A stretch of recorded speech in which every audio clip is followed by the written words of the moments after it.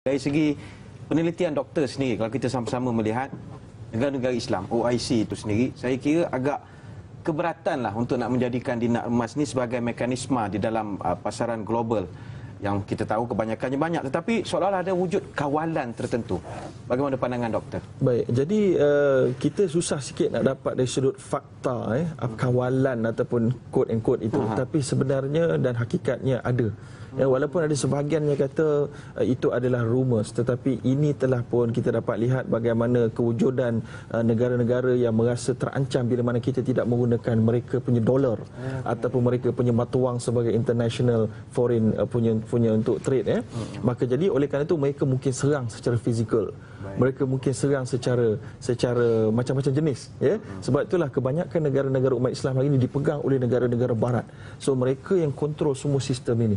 Lalu untuk kita keluarkan mereka supaya pergi kepada dinar emas, maka inilah dia masalah dia, kerana mereka, kepintaran mereka mengawal negara-negara OIC ini. Sebagai contoh saya sebut Jordan. Jordan setiap tahun menerima beberapa ratus juta daripada Amerika Syarikat. So berani tak dia nak buat sesuatu benda yang mengenepikan dolar Amerika? Maka sudah tentu tidak, sebab nanti dia akan potong. So jadi mereka tak cukup duit. Maka ini adalah antara kawalan-kawalan yang berlaku. Yang keduanya, kawalan yang keseluruhnya, dinar emas kalau nak bagi masuk, kita tak boleh masuk terjun.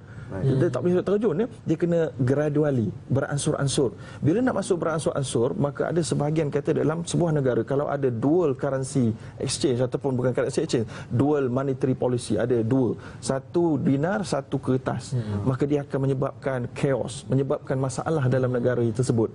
Maka ini menyebabkan mereka yang menyokong dinar emas mengatakan kita tak payah bawa dalam transaksi harian, kita bawa dalam transaksi international terlebih dahulu, bagi orang jinak terlebih dahulu. Bagi saya tidak ada masalah untuk menyokongnya, tetapi saya bimbang tidak ada political will. Orang politik tidak melihat ini sebagai satu perkara yang utama, sebab bagi mereka ia akan boleh menyebabkan masalah mereka yang lain. Jadi oleh kerana itu saya kira boleh dibuat secara gradual dan proses tarbiyah itu perlukan, sebab kita tak mahu orang melihat bahawa dinar emas adalah wang syariah automatically. Tidak. Kerana kalau automatik menjadi Islam, maka Nabi tidak akan sebut dalam hadis sahih yang menyebut az-zahabu bil-zahabi wal-fiddatu bil-fiddah wa-sya'iru bil-sya'iri sampai habis. Nabi kata yadan biyadin mittan bimittin fa idza ikhtalafatil ajnasu fabi'u kaifa syi'tum. Apabila kamu bertransaksi dengan emas dengan emas, perak dengan perak, sampailah bali dengan bali, gandum dengan gandum, tamar dengan tamar, garam dengan garam, mestilah kamu adhere ataupun patuh kepada dua syarat, iaitu serah terima dalam satu waktu dan kemudian mestilah sama berat. Kalau yang saya beri sekarang ni kepada Ustaz Bat, ini satu dinar 4.25, saya beri pula setengah dinar, kita tukar, maka hukumnya riba. Itulah namanya riba al-fadl. Maka ini menyebabkan walaupun kita guna dinar emas, kita tak automatically Islam.